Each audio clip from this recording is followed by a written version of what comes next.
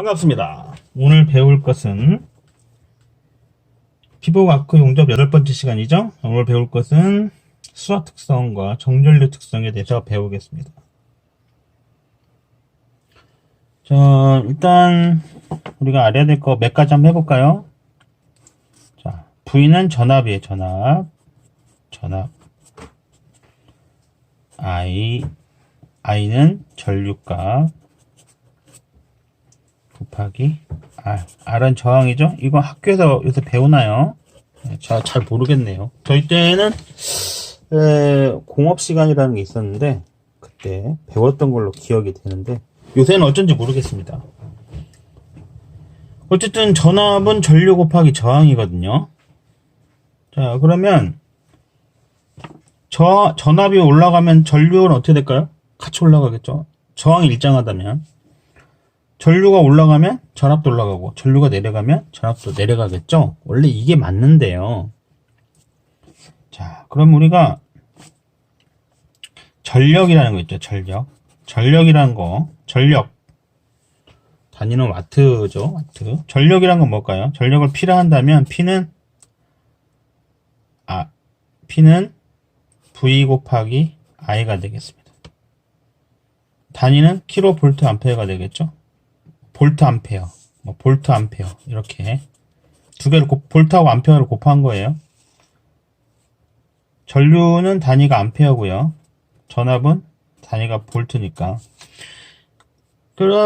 전력이라는 것은 그래서 우리가 그 요금 내죠. 전력 요금, 전력량계라는 게 있거든요. 집에 다 있죠. 사용한 전력을 내야죠. 요금으로 내야 되는데 그때 그 전력이 전력이에요. 전력이라는 것은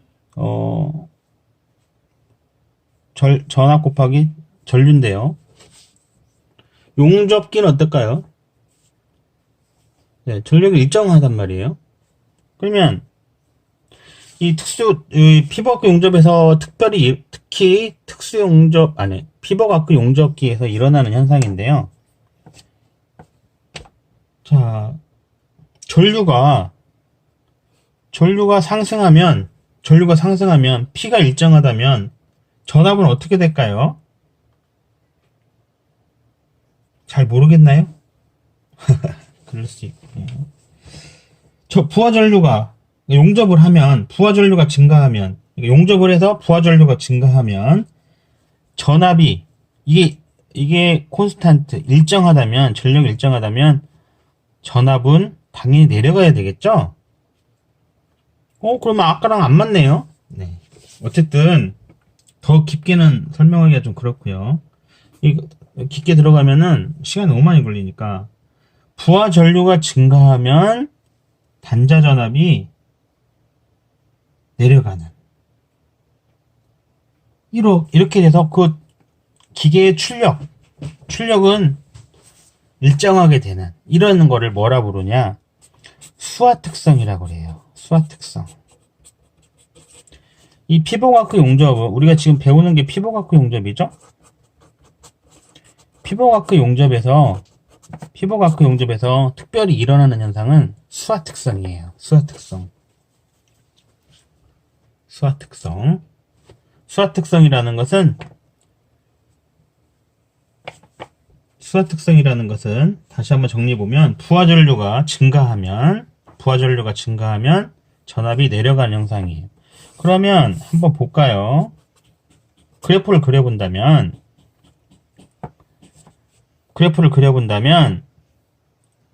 이렇게 부하 전류가 증가할수록 어떻게 되죠?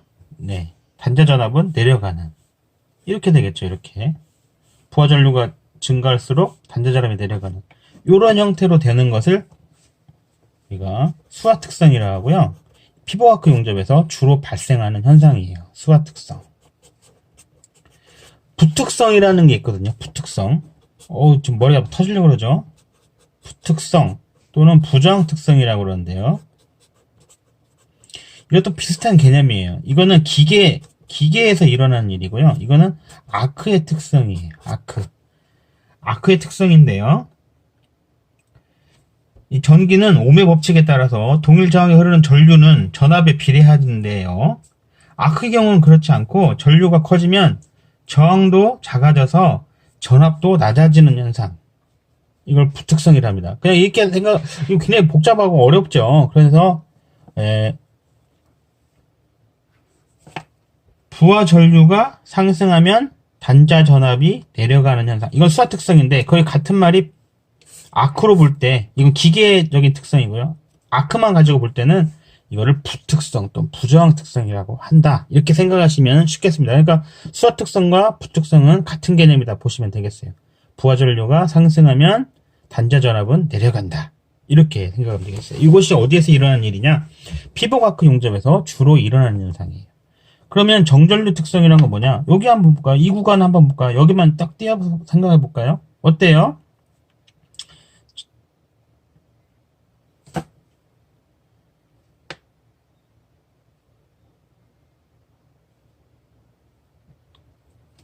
죄송합니다. 이 부분만 한번 떼어서 생각해 볼까요? 이 부분을 떼어서 생각해 볼까요? 전압이 여기서 어때요? 막 변하죠? 변하는데, 이 부분은 어때요? I 값이 거의 변하지 않고 있죠? 네, 거의 변하지 않고 있어요. 아크 길이와 전압이 변화해도 전류는 거의 변하지 않고, 아크가 지속되는 특성, 수동 용접기 특히, 피버크 용접기는 이렇게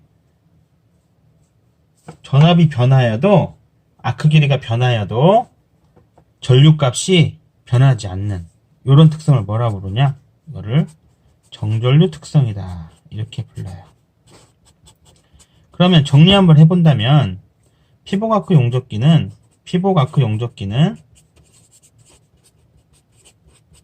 첫 번째 수화 특성을 가지고 있죠? 이 같은 말이 부특성이라고 할 수도 있겠죠? 부특성, 부저항 특성. 이거는 아크의 특성이라고 그랬죠? 그 다음에 두 번째 정전류 특성을 가지고 있습니다.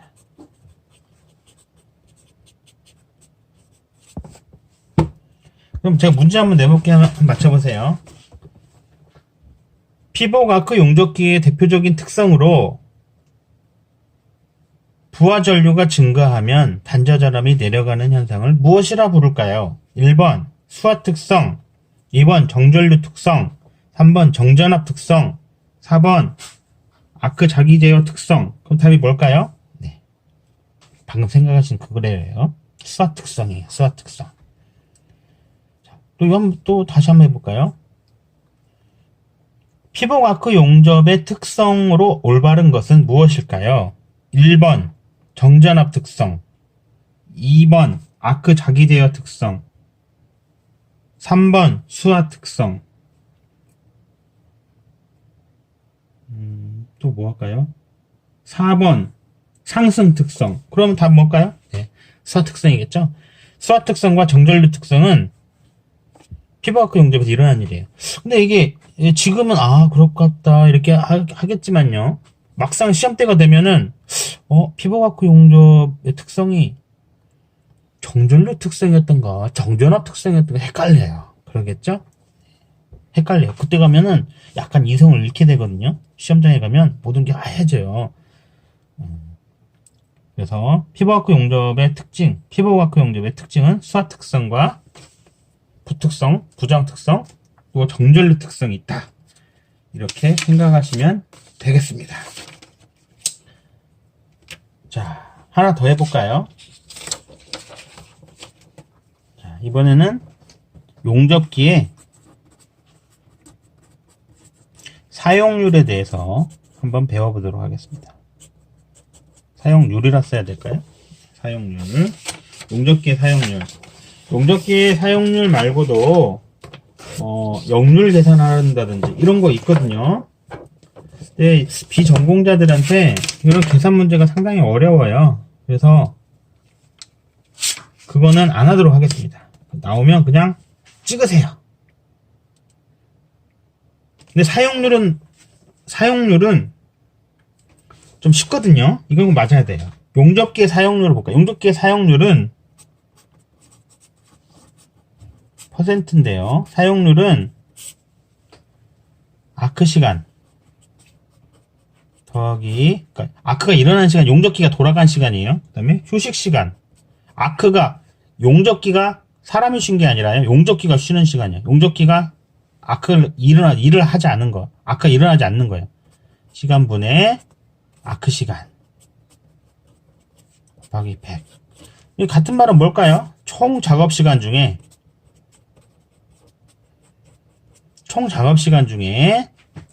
용접기가 돌아간 시간, 용접한 시간.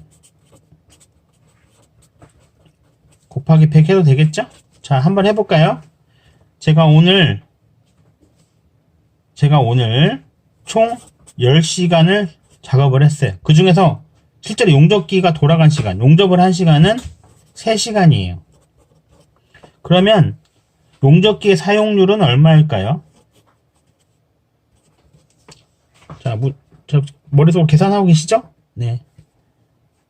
얼마일까요?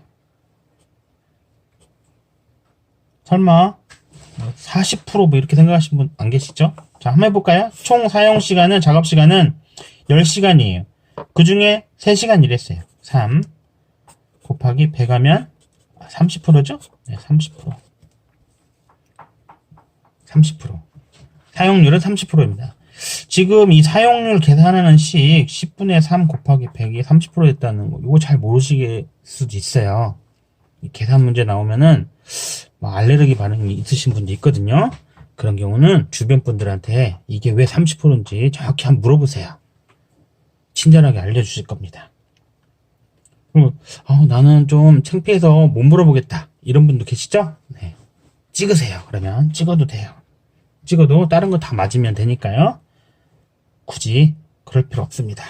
자, 그러면 용접기의 사용률까지 배워봤는데요. 그러면 용접기 사용률은 실제로 얼마나 될까요? 우리가 현장에서 제가 생각할 때 30%에서 한 40% 정도 선 되지 않나, 저는 이렇게 생각하거든요. 아침에 가자마자 용접기 켜고 계속 일하는 게 아니에요. 대부분 그렇게 생각하시는 분이 많은데, 그렇게 할 수도 없고, 그렇게 시키는 작업장도 별로 없고, 그게 안 돼요. 현장에 가면 단도리가 반이라는 말이 있거든요. 단도리도 일본 말일까요? 저도 잘 모르겠네. 하여튼 이렇게 작업하기 전에 준비하는 시간이 반이다, 이런 말이 있어요.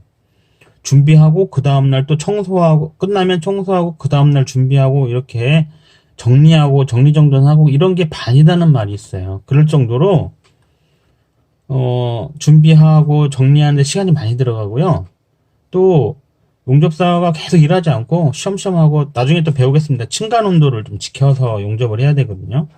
그래서 그러니까 한 용접을 하고 나면 그 다음 용접할 때까지, 식을 때까지 좀 기다려야 할 때도 있고 막 그래요. 그래서 용접사가 생각보다는 일의 난이도가 그러니까 일의 강도가 세지 않습니다. 막 미친 듯이 일하는 것 같다고 생각하시는 분 많은데요. 특히 또 알곤 용접 같은 경우는 토치 자체가 가벼워요. 가볍고, 물론 알곤인 자체는 이렇게 크게 인체 해롭지 않거든요. 그래서 흉이 좀 나와서 그런데, 용접할 때 나오는 흉은 필터에서 대부분 99.99% 이상 제거하기 때문에 마스크만 잘 쓰고 있다면 인체 해롭지도 않습니다. 그래서 티그 용접 같은, 알곤 용접 같은 경우는 토치도 가볍고 일의 강도도 세지 않고, 그래서 남자들이 하기 괜찮은 직업이다, 전 이렇게 생각합니다. 그리고 재미도 있고요. 가장 중요한 거, 돈을 많이 주죠. 용접사는 돈을 많이 줍니다. 오늘은 여기까지 하겠습니다. 감사합니다.